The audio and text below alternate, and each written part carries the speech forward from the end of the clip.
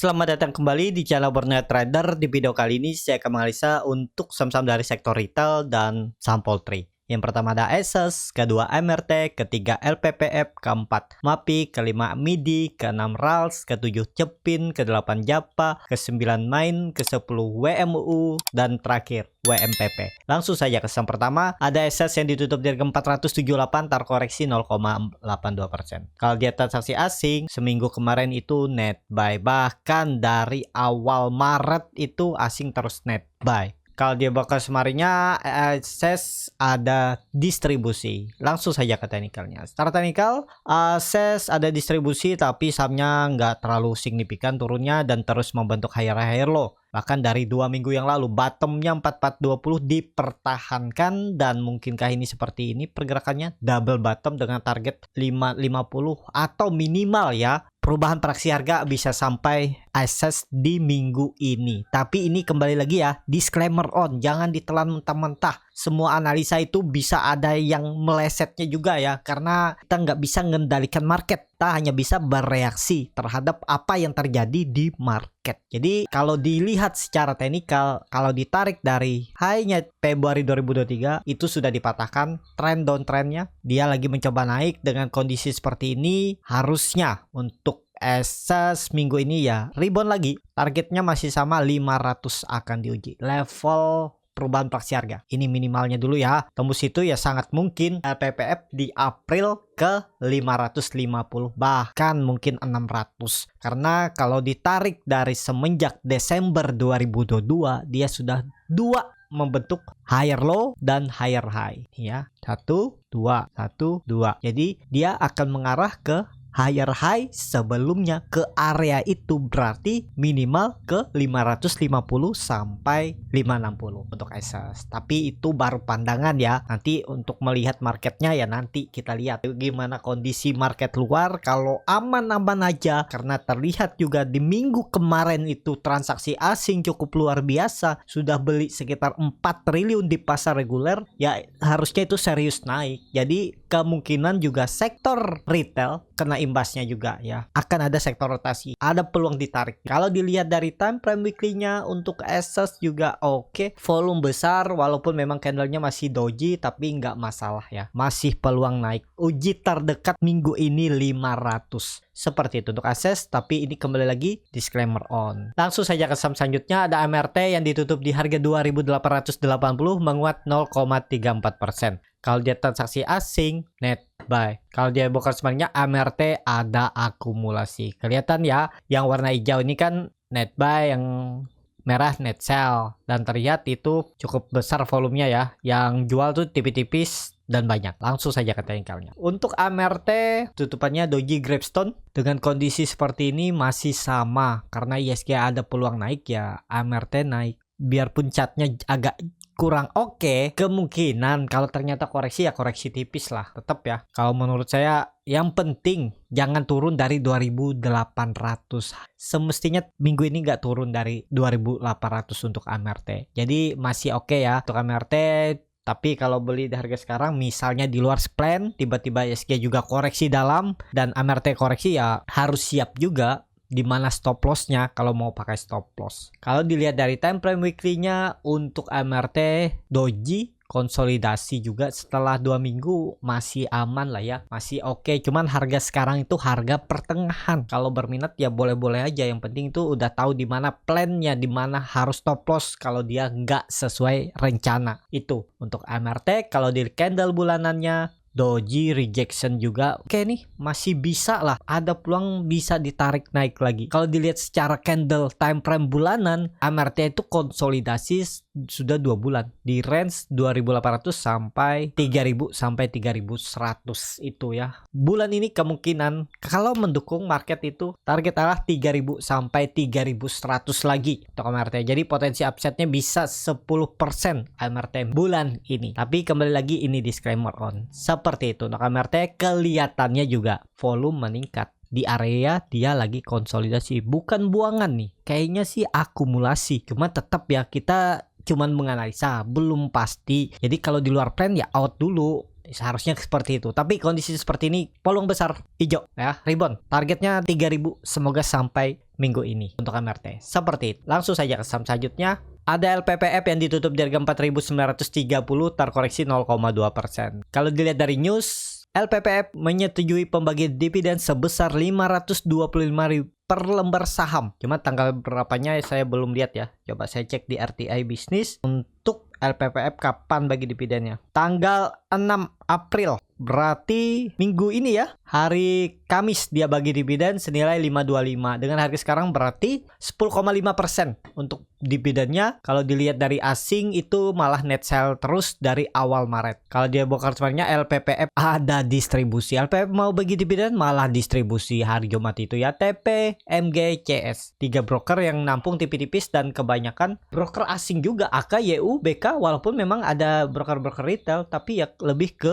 broker-broker asing juga yang akumnya. Langsung saja kata ini kali. Untuk LPPF mau bagi dividen dengan kondisi seperti ini, volume juga membesar di area atas. Ini sepertinya sih bukan buangan. Kayaknya nih loh ya, crossing aja. Peluang besar sih tembus lagi 5.000. Apalagi mau bagi dividen 10% lebih ya. Jadi ada potensi upside sekitaran, kalau kondisi seperti ini level psikologisnya 5.000, tarik aja ke atas nih. Mungkin ya 5.400, 5.300 itu lagi lah kenaikannya. Untuk naik lebih tinggi sepertinya enggak. Belum. Kepentok kayaknya 5.400 di 5 hari perdagangan minggu ini. Karena hari Jumat libur. Ya tanggal 7 jadi 4 hari aja perdagangan. Dan juga mulai besok tanggal 3 April itu sudah sampai jam 16.00 WIB. Jadi makin lama bertambah 1 jam perdagangan bursa. Jadi kondisi seperti ini LPPF mungkin masih bisa naik, tapi ya potensi upside-nya maksimal 10% sesuai dividen. Itu pun maksimalnya dan belum pasti sampai. Ya hati-hati. Kalau yang niat dividen ya bisa beli. Kalau yang nggak niat mampatin capital gain ya bisa coba beli. Bisa siapa tahu besok koreksi lagi deket 4.800 nih, nekat aja. Pokoknya stop loss di bawah 4.720.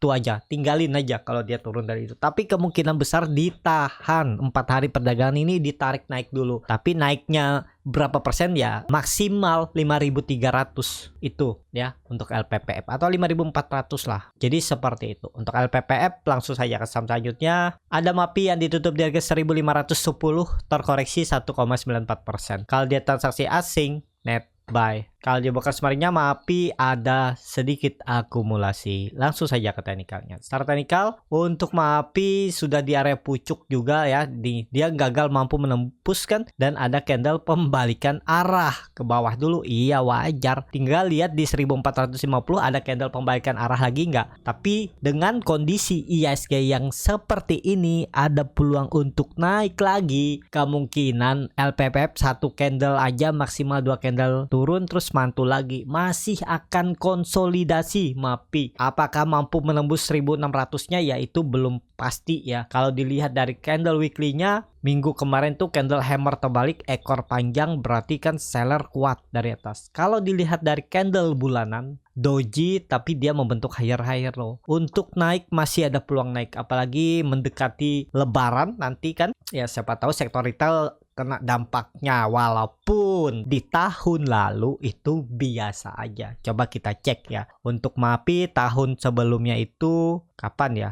Lebaran tuh Mei kalau nggak salah ya. Mei biasa aja dia di tahun sebelumnya ya, nggak kemana-mana. Jadi konsol aja nih, sama nih konsol juga nih. Tapi mungkin karena ISG mau ke atas ya mungkin coba naik, tetap akan mengarah ke atas. Mungkin 1-2 candle dia akan kembali uji lagi resistennya. Setelah dia uji support mantul nanti misalnya ya kembali ke 1600, bisa dimanfaatin untuk swing trade pendek kalau berminat. Tapi ini kembali lagi disclaimer on. Seperti itu untuk MAPI. Langsung saja ke saham selanjutnya. Ada MIDI yang ditutup di harga 360 sama harga penutupan hari sebelumnya. Kalau dia transaksi asing net sell, tapi kalau dilihat selama seminggu kemarin itu asing akumulasi. Kalau dia broker semuanya MIDI didistribusi. Langsung saja ke teknikalnya. Untuk MIDI ini yang penting jangan turun dari 350. Tapi kelihatannya dia itu konsolidasi selama hampir 2 minggu ya. Bertahan terus di atas 360 dan kebetulan hari Jumat kemarin candlenya doji. Ini ada peluang pembalikan arah, akan menguji lagi 400-nya. MIDI kan baru aja stock split, wajar kalau dia koreksi. Stock splitnya baru sebulan yang lalu dan sekarang bertahan 360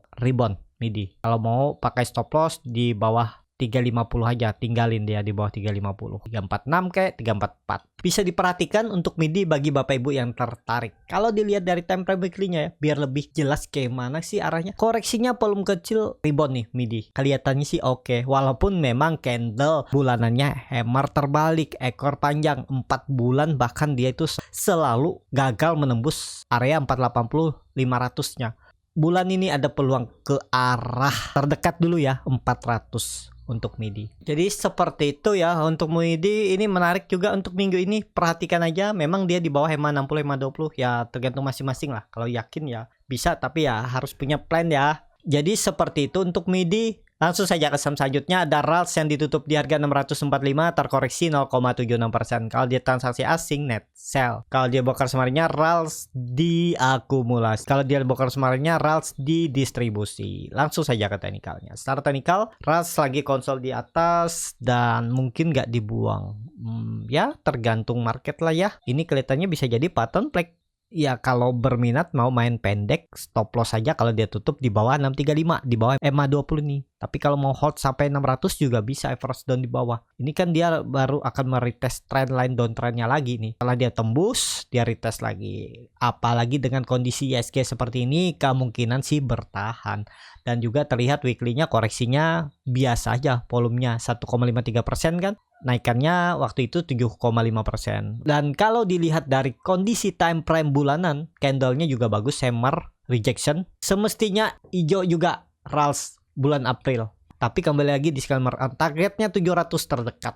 Uji resistennya semenjak Februari 2023. Jadi potensi upside-nya dari harga sekarang 65 poin. Berarti 10% lagi bisa ya untuk RALS. Tapi ini kembali lagi disclaimer on. Jadi seperti itu untuk RALS. Langsung saja ke saham selanjutnya. Ada Cepin yang ditutup di 4.990, terkoreksi 1,67%. Kalau di transaksi asing, net sell. Kalau dia bongkar semuanya, Cepin didistribusi. Langsung saja ke teknikal. Secara teknikal, Cepin ini sudah di area bottom. Mestinya bertahan. Kesempatan beli kalau sampai dia koreksi 1-2 candle lagi. Support 4.800 harus dijaga. Apalagi kondisi seperti ini, ISG yang ada indikasi ke atas, tetap Cepin tuh nanti rebound. Jadi kalau dilihat dari time frame weekly-nya, koreksinya volume kecil dan biasa aja kelihatannya ya.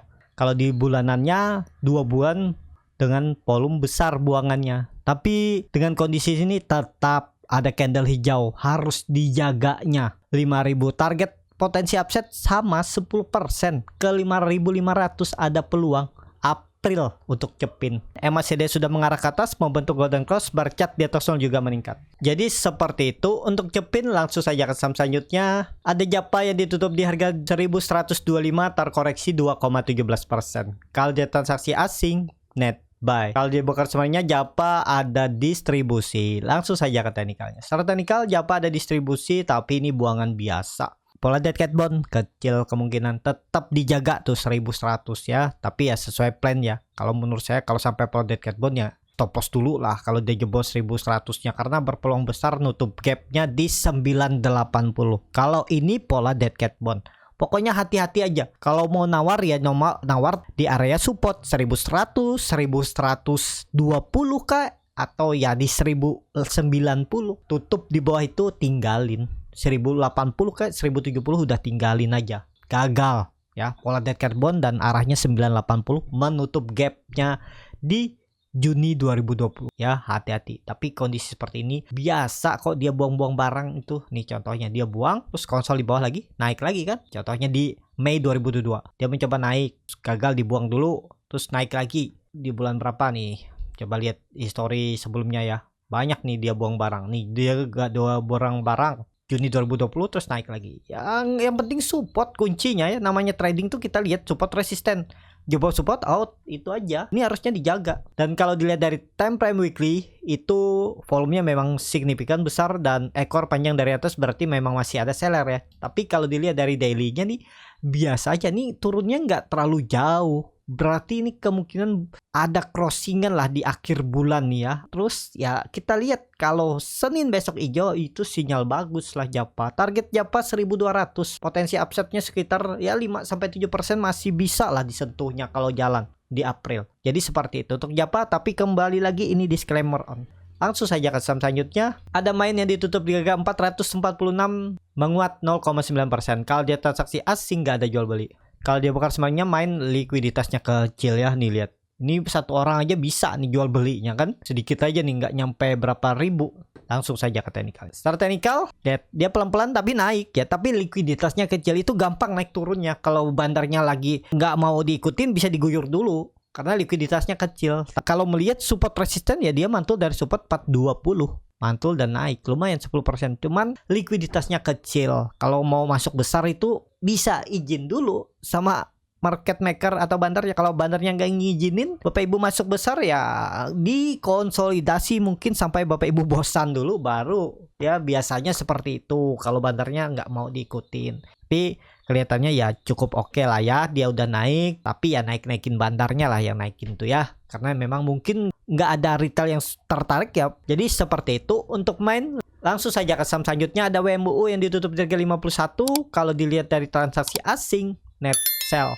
Kalau di broker sebenarnya WMUU didistribusi. Langsung saja ke teknikalnya. Secara teknikal WMUU apa yang diharap di dekat 50 ini? Apakah ada sentimennya nanti lebaran yang kita nggak tahu. Cuman risknya besar nih. Walaupun memang secara real risknya cuma 50. Cuman 2%. Kalaupun Bapak Ibu loss tuh 2% aja ke 50. Tapi lengket kalau nggak gerak itu kan resiko terbesarnya. Menurut saya hindari dulu lah. Tunggu di 55. Daripada di 50 ini resikonya besar ya. Kelihatannya volume mulai meningkat. Cuman ya kita nggak tahu apa rencana bandar. Dekat 50 ini sangat beresiko. Jadi seperti itu aja untuk WMUU. Langsung saja ke saham terakhir. Ada WMPP yang kembali ARB dan lengket di 50. Kalau dia transaksi asing malah net sell. Bahkan seminggu kemarin tuh asing net sellnya 23 miliar lebih ya. Dikurang ya 20-an miliar net sellnya. Kalau dia broker sebenarnya WMPP ada distribusi. Langsung saja ke teknikalnya. Secara teknikal WMPP di 50 cuman crossingnya besar ya.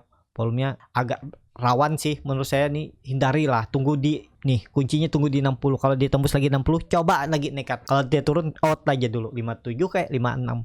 Di bawah itu ya jangan dulu lah, resikonya tinggi. Jadi seperti itu aja. Cukup sampai di sini video kali ini. Terima kasih untuk Bapak Ibu dan teman-teman yang sudah menonton video ini sampai selesai. Apabila channel Borneo Trader ini bermanfaat dan bisa menjadi bahan pertimbangan Bapak Ibu dalam membeli, menyimpan dan menjual sahamnya, bisa klik tombol subscribe dan nyalakan lonceng notifikasi. Ada kritik, saran ataupun pertanyaan bisa langsung tinggalkan di kolom komentar. Dan bagi Bapak Ibu dan teman-teman yang baru belajar trading, masih bingung memilih saham, bingung membuat trading plan, bisa join trading bersama Borneo Trader. Nanti dipilihkan saham-sahamnya dan dibuatkan trading plan-nya beserta chatnya dan juga free konsultasi portofolio. Kalau tertarik DM Instagram Borneo Trader. Sampai ketemu, tetap semangat dan semoga bisa terus cuan.